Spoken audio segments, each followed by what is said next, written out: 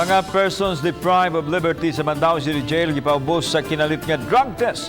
Subay kini sa tinguha sa syudad nga madeklarar nga drug-free ang maong pasilidad. Ang report ni Nico Sereno. Ang Mandaue City Jail mao'y girumbo karong adlaw sa Taga City Anti-Drug Abuse Council kun kada. Mipahigayon sila og drug testing sa pinili nga mga persons deprived of liberty.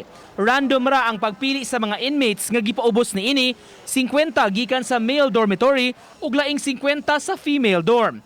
Ang kalihukan subay sa kasaulugan sa Drug Abuse Prevention and Control Week.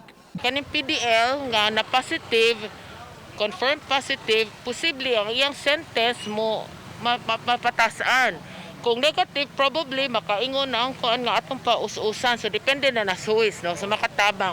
Para at least lang, monitor natin sila kung napapag substance silang lawas. And then siguro mga na itong points na makita na kung positive sila, gamit, sulod o hapon makalusot.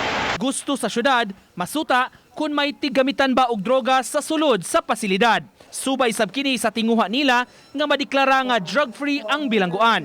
Ang random drug testing ang usa sa mga rekisito ning maong deklarasyon. Kung zero na gid nga wa gyud naman negative tag usa, ma-declare na ni sila og kuan drug-free facility hopefully. Apil ni sa criteria nga wa gyud usa. Samtang gipahibaw sa warden, wala pa nila na resume ang dalaw sa bilangguan. Padayon hinuon sila nga mudawat og pagkaon, tambal og limitado nga kantidad sa kwarta alang sa mga PDL. Uban ni June Solon, Nico Sereno, Balitang Bisdak.